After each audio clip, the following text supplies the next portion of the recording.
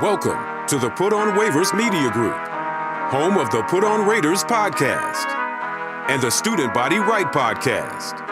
This is your place for the best breakdowns and the best insight for those who fight on and bleed silver and black. Now, here are your hosts, Dwayne Douglas and Ryan Holmes.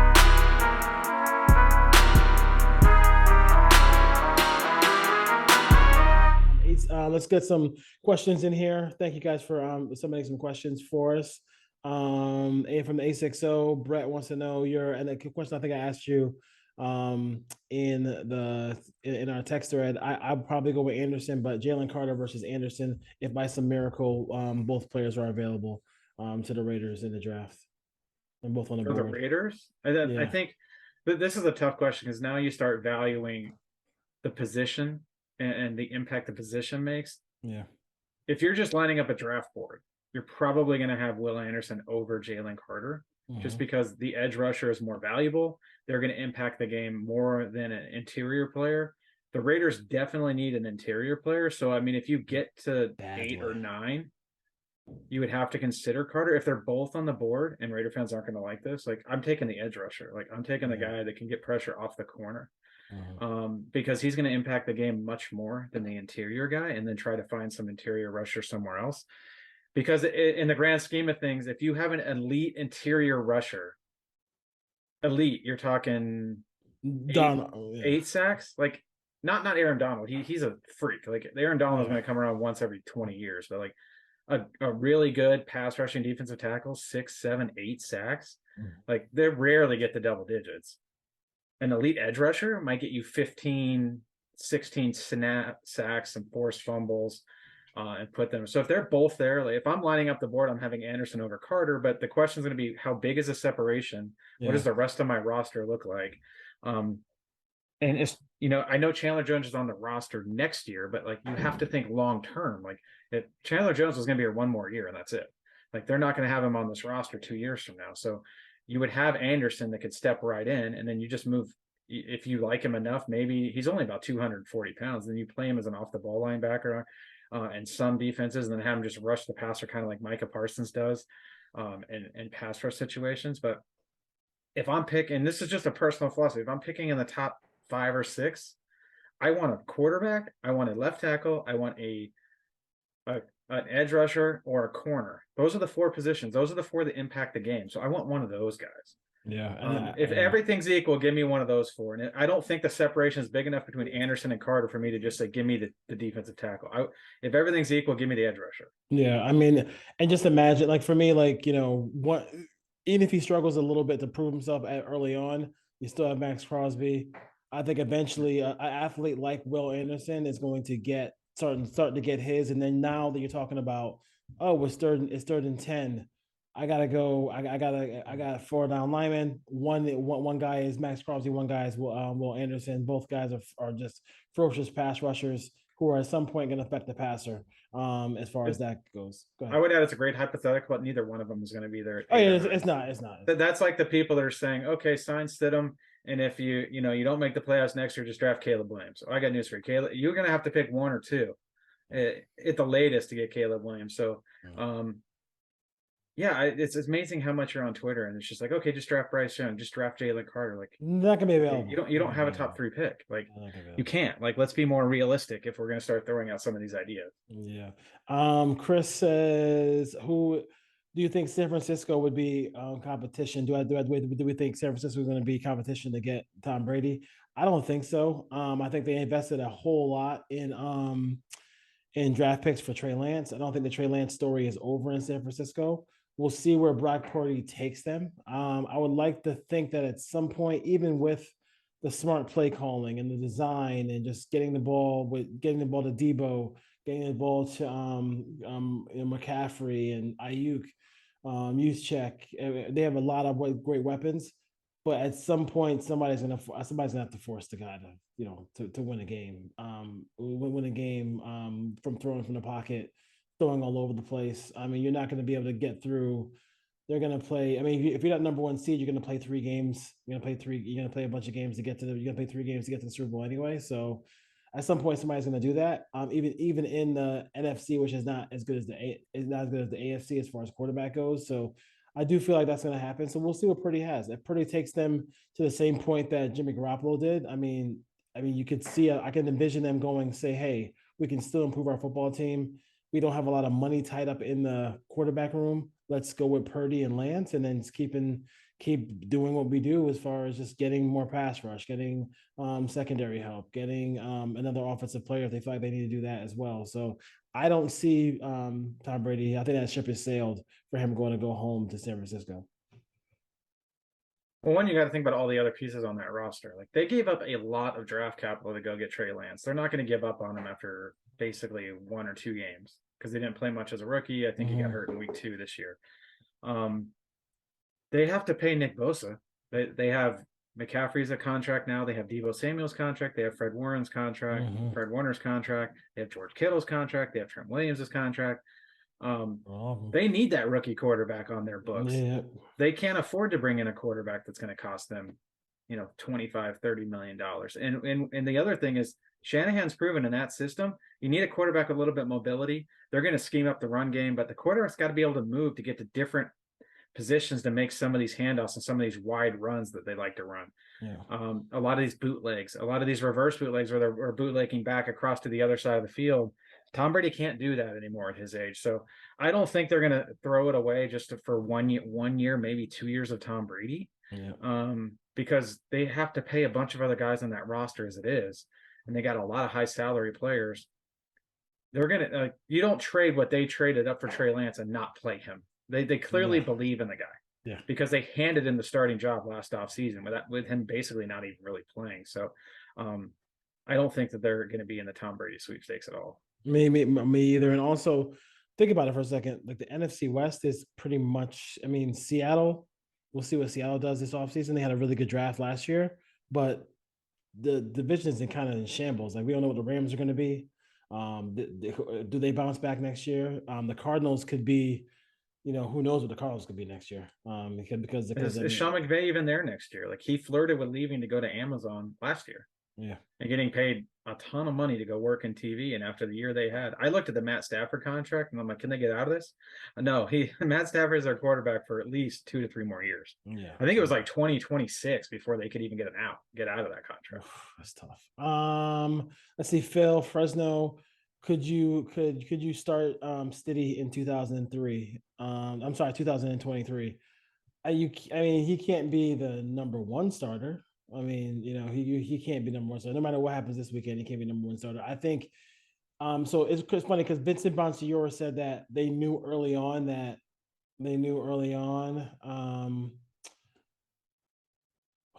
going to move on from Carr. They're going to move on from Carr. So, like to me, if they started Stiddy at 2-7 and he was balling like this consistently every week, then you have an argument. Then you can say, hey, like he has a rapport with the teammates. He knows the system. Oh my God, he's balling. Like what's going on? He's going nuts.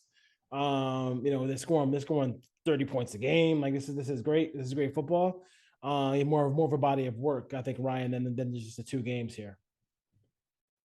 No, this is where having free agency prior to the draft would throw a wrench into those plans. If the draft was before free agency and they were able to get a rookie quarterback, then I think you absolutely sign Stidham. You roll with him for 4, 5, 6, 7 weeks, 8 weeks, 10 weeks if he's playing well while you wait on the rookie. It's not. They have to address the quarterback position in free agency. They cannot walk out of free agency and the only quarterback that they sign is Jarrett Stidham. So I think Stidham is more plan D or E. It's probably like the Brady's, the Garoppolos, some more veteran quarterbacks that have been in the system, maybe trading for Mac Jones, although I probably wouldn't go that route. I wouldn't give up draft assets at this point. But yeah, I could see Stidham back on this roster for sure. Like bring him back as a backup, give him a deal similar to Garoppolo or Mariota, where it's $5 to $7 million in base salary with a ton of incentives in case he plays. Because if you bring in Brady or Garoppolo, you're going to have a good backup because Brady's going to be 46. He's played a lot of games. He doesn't get hurt a lot, but you have to factor in like there is a chance that he's going to get injured, and Garoppolo's injured every year. So you're going to have a valuable backup. So I think you bring Stidham back, and I think he'd be okay with that because he hasn't played a ton of games in the NFL. And let's remember, like, I know we're overreacting to one game. He didn't beat out Cam Newton a couple of years ago in New England. They signed Cam Newton and threw him right out on the field like 2 weeks later. So, and McDaniels was there when that happened. He showed a lot of arm talent. He showed mobility. He stood in the pocket. He had huevos. Like, he did everything you wanted to see him do. He took a lot of shots. Like, I know he stood in there and we like that, but like, if you're going to do that for 17 straight weeks, I have a hard time thinking this guy's going to make it through a season playing, with that kind of aggressiveness and the way he put his shoulder down and tried to run into linebackers. So I do expect him back on the roster, because for him, I don't think a team's just going to hand him a starting job. The only way he goes to another team and gets a starting job is if they're in a rebuild.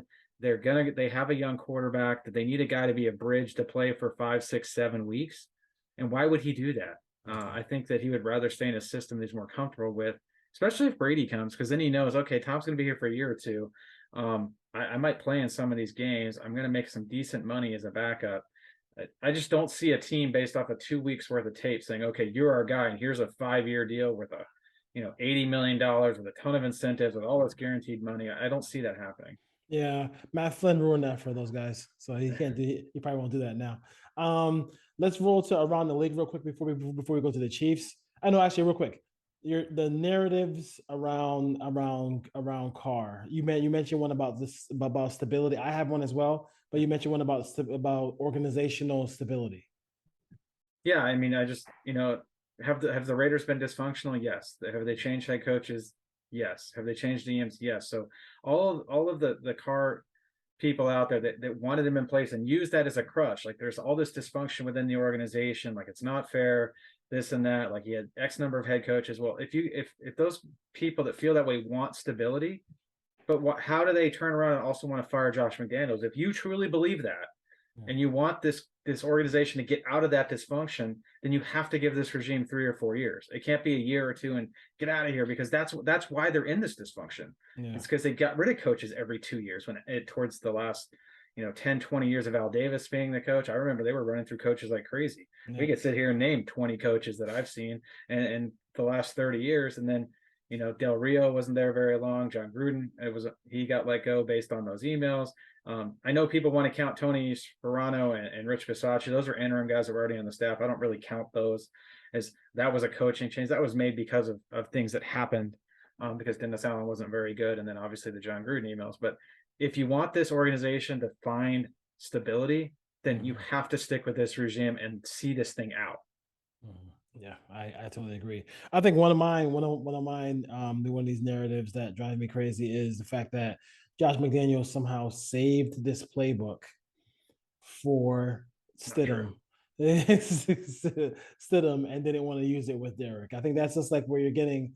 I think after this offseason, like, I think all the people who are really big Derek fans should really just, like I said, we'll let the season play out, let the whole offseason play out. And I think once he's on Atlanta or on Tennessee or on their football team, I think we have to come back home and just realize that you're a fan of the silver and black.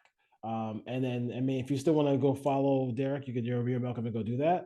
But I think at some point you have to kind of like he's been there for a long time. I get it. Like, it lasted longer than some marriages. I understand. I totally get it. A lot of marriages.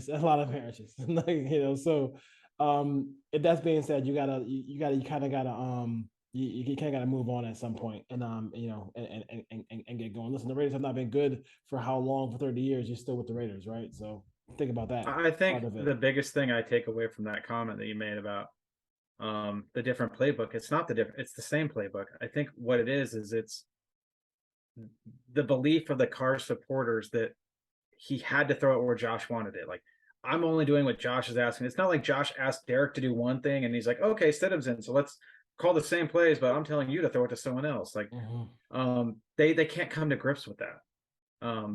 Instead of the quick check down, he's forcing the ball down the field. Did it work last week in San Francisco? It worked. So we'll see going forward if he can complete some of those high risk, low percentage passes. But they're calling the same plays, other than maybe a bootleg here or bootleg there they put in specifically for that week's game plan. But I think that kind of crushes that narrative of like, Josh is telling him where to throw the ball. And I think Derek was a robot. And it was more like, okay, I need to go here. This is the play call. Instead of reading the coverage and being, boom, I'm getting off that. I'm coming over here. I think that's what you're seeing. I think you saw a guy instead of him say, I'm going to go out there. I'm just going to play ball. Like I'm going to have my head clear and I'm just going to go out there and read the coverage and I'm going to get the ball to my guys. And I'm not going to try to be a robot and try to do exactly what Josh is telling me. Yeah, makes a whole lot of sense. I totally agree with you. I totally agree with you. I totally agree. We're definitely here on that. So around the league, real quick. I was thinking about some random things about around the NFL. So one thing I want to talk about is Brian Leftwich. Did he make a mistake not taking that job? I know he really didn't want to work for. I always forget the GM's name. In Tampa, Jason. No, because he was in Jacksonville, the GM in Jacksonville. Oh, Terry Balky. Yeah. So Trent Balky. So Trent Balky, yeah. So he didn't want to work for Trent Balky. He wanted to bring in his own GM. And now, if you look at it now, like almost a year later, like nobody's gonna get if anything, he's gonna get criticized if the Bucs don't do well because he has Tom Brady, and he's never gonna get the proper credit that he deserves or not, or whatever that's fair or not with what the success that the Bucs do coming up in the playoffs or whatever. But then you also have Doug Peterson takes that job. They get off to a really slow start. What if they win? They're in, right? If they win, they're in, or they win, they're in. They're the 4th seed. They're the 4th seed. They win, they're in. They're in. They get a home playoff game. They get a home playoff game. There's only 1 of 32 jobs, right? But it's also even a smaller number where you have somebody as talented as Trevor Lawrence to coach. So I think maybe in retrospect, he might have been able to kind of in that situation, he might have outlasted the GM. So he might have made a mistake there, don't you think? Yeah, I think that in his mind, he didn't like the ownership and the GM and what was going on in Jacksonville, so he stayed. Like obviously, he expected them to have a lot more success. He expected them to be 12-5 or 13-4. The defense hasn't played that well. They can't run the ball at all. Their offensive line has been injured. I mean, I know Raiders fans want to talk about how bad the Raiders offensive line. Go watch the Bucs offensive line. Mm-hmm. It's brutal. Mm-hmm. And they're playing 3rd string guys all over the place now. Yeah. So Tom Brady's done the best that he can with what's there, but they haven't had a lot of success. And if Todd Bowles doesn't come back, Byron Leftwich won't be back. And then now will someone even hire him as an offensive coordinator next year? Exactly. So yeah, you almost have to take the head coaching job, especially if you have a chance to coach a guy like Trevor Lawrence. And there's a lot of young talent on that team. Yeah. We may look back 5 years from now and no one may offer Brian Leftwich a head coaching job from here moving forward. So you almost have to take those jobs when the opportunity becomes available. Yeah. Who will be, if you had to guess, who would be the surprising firing of a head coach this offseason? There's always one. I'm trying to think of a guy. Would it be surprising if Mike McCarthy got let go, if the Cowboys lost in the 1st round? Wouldn't be surprised to me. Yeah, it wouldn't be surprised. I wouldn't be surprised. So that's the one you're thinking about, huh? I mean, yeah. I'm going to throw one out there that you won't agree with, but I'm going to say surprise. I'm going to say Tennessee. Tennessee doesn't have a GM. Yeah. Like if Tennessee goes out and hires a GM and he's like, hey, we didn't make the playoffs. I don't like Ryan Tannehill. I want to bring in my own guy. They could easily move on from Mike Vrabel. Would I do that? No, I think Mike Vrabel is a top 7 or 8 coach in the league. But when you bring in a new regime, stuff happens. Man, if Mike Vrabel hits the free agent market, boy, I tell you, some teams. That's a bold take. You said a surprise. I'm not saying it's going to happen, but that would be a surprise. But I could see a path for that happening. Yeah, that's crazy. I mean, that could be one that I could see definitely happen. I don't really have one right now. I know somebody posed that kind of question to me when I was talking football today. I mean, McCarthy, I don't really. Got to be a team that makes the playoffs or just misses out and has. Yeah, I mean, I think almost. I mean, I don't know. I mean, Stefanski's probably gone. That's not a surprise. Stefanski's probably gone. I mean, Mike McDaniel. There's a lot of rumors the last couple of days that the Dolphins may move on from Mike McDaniel. I would assume that's because they think they can get Sean Payton, but or Harbaugh. I don't think you move on from Mike McDaniel. No. Would that be a surprise? I'd be surprised. I mean, would the Falcons and Arthur Smith be a surprise? They haven't been good. No. So that wouldn't be a surprise at all. So we'll see. We'll see what happens. But Vrabel will be very good. So right now, I guess Tepper from the Panthers met with Harbaugh. You've been talking about, that Walmart money. Walmart money runs deep, so deep. So the Broncos are going to be in that mix as well. I kind of like the Panthers in this spot, not because I don't want them in the AFC West, because obviously I don't want Harbaugh in the AFC West, and I think the money is going to be. I do think that they're a little. I think the Panthers are a little closer. And I think that obviously he's going to go wherever the money is. But I do think if you look at if he looks at the landscape, obviously of both conferences, it's a little bit easier to get through the NFC than the AFC to get to the Super Bowl.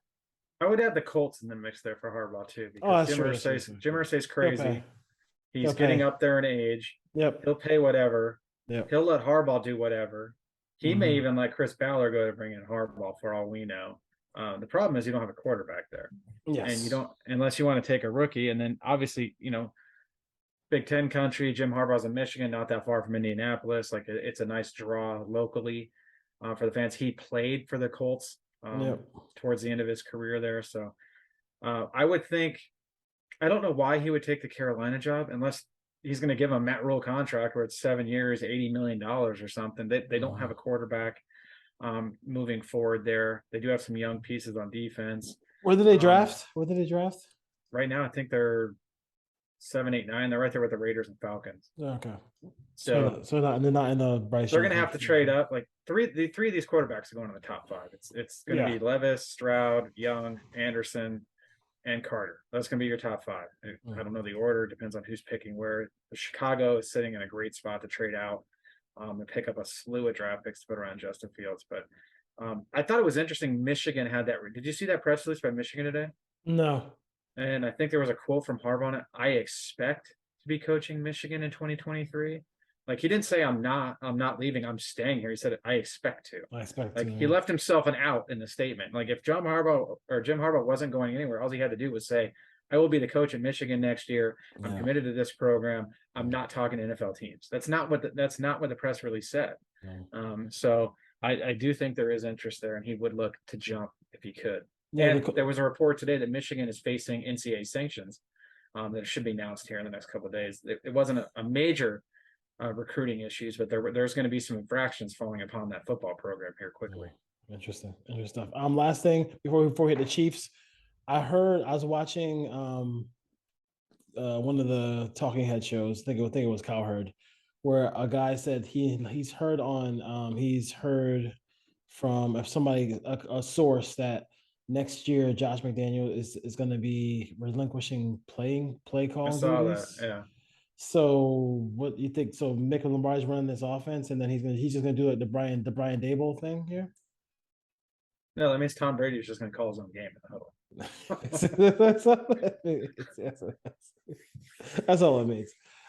He's not getting up play calling duties. I don't see that. I don't see that happen either. All right, Raiders, Chiefs. So at the very least, if he wants to get into the hearts and souls of Raider Nation, the Chiefs. If the Raiders can beat the Chiefs with Stidham, I'm sure people would love that part of it. But what are your thoughts about this game? I don't see how Patrick Graham could just he could just maybe close his eyes and just pick a play on defense, because it's not going to work against this team.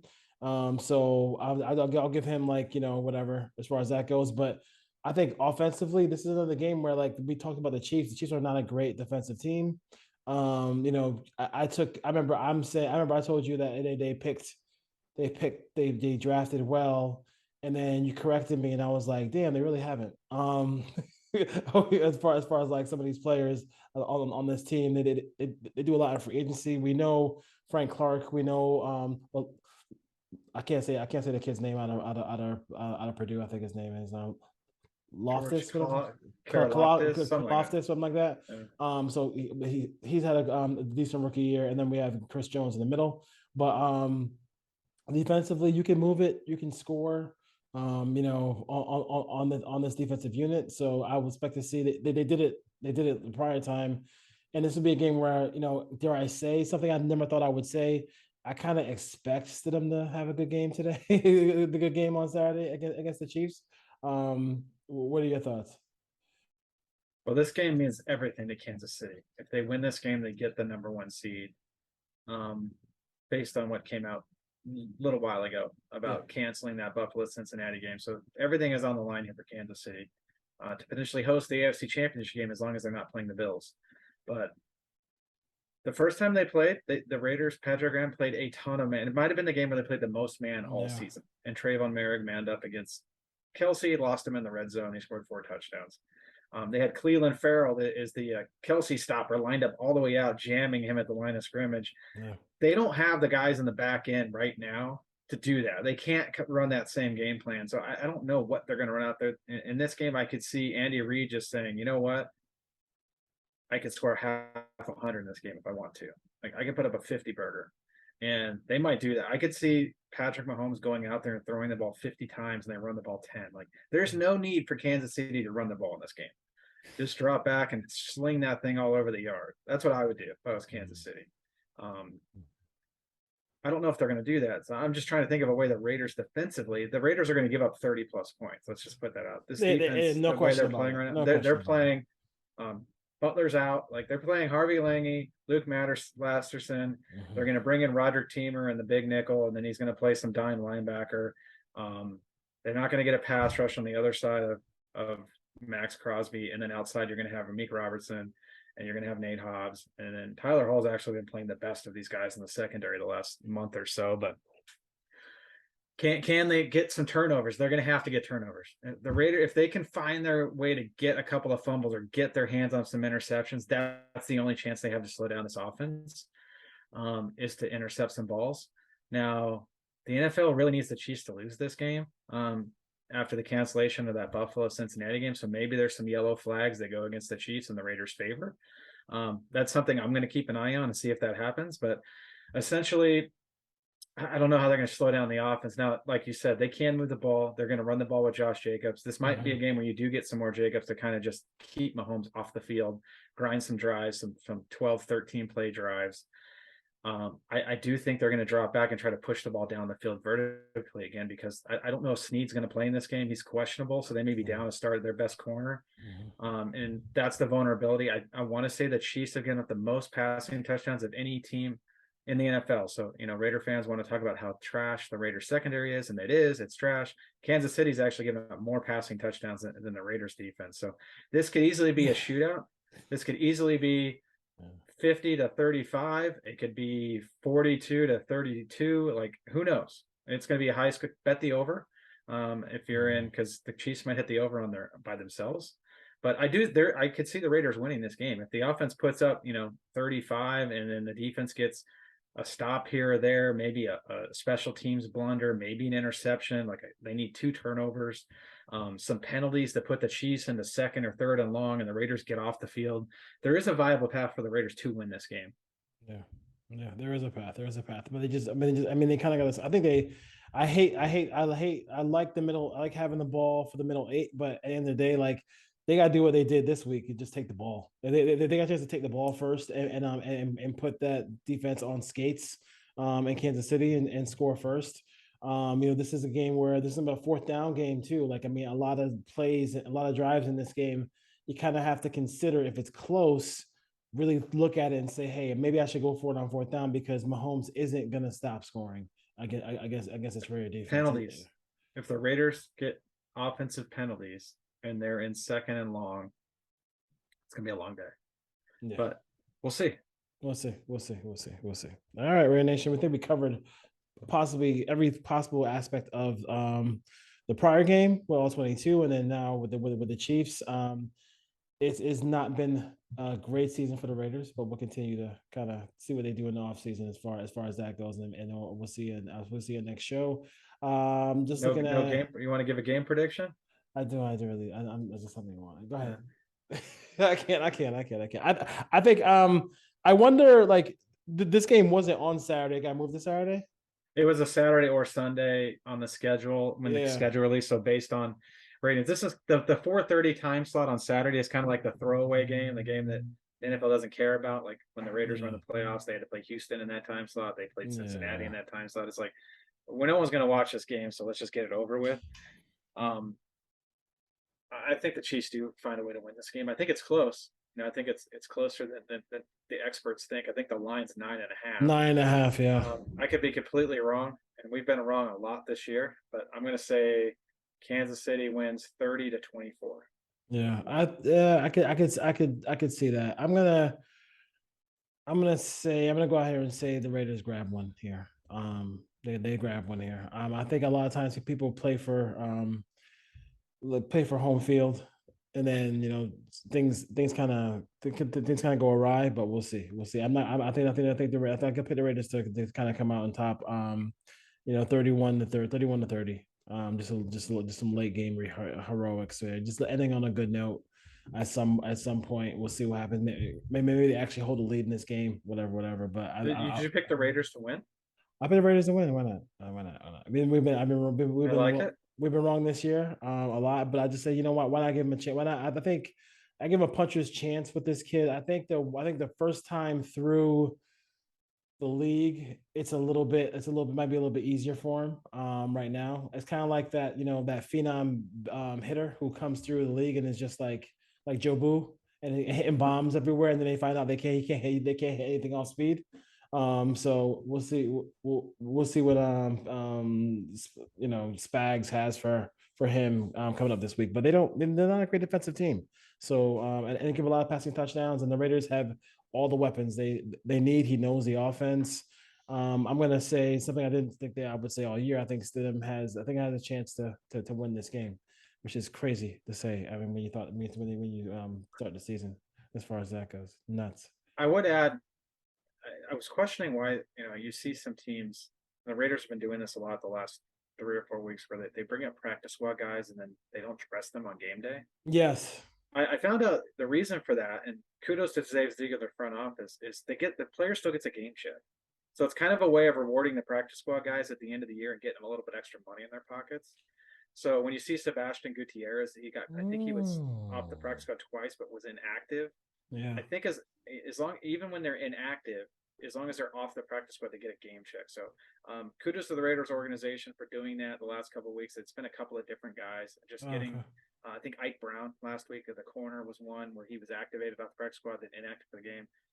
They get game checks. So getting a little extra money for those players for the effort they put in on the practice squad throughout the year.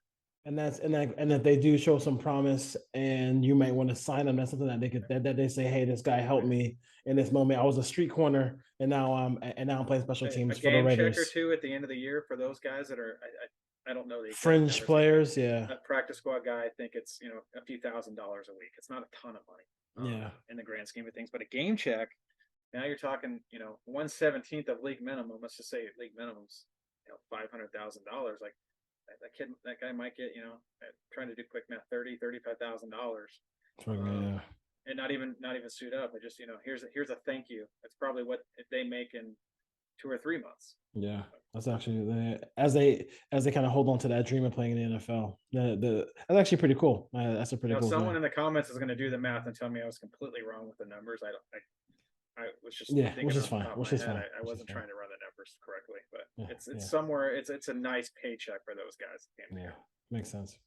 All right, Raider Nation. Raiders Chiefs Saturday, not Sunday. So definitely sit down and relax and watch the last game of the year.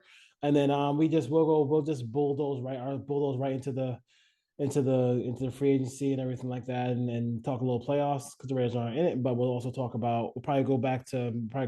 We'll see how the cadence goes. Could be breaking news because if Carr gets traded, so we never know. But see you next time, Raider Nation. Take care. Peace. Take care. Yep.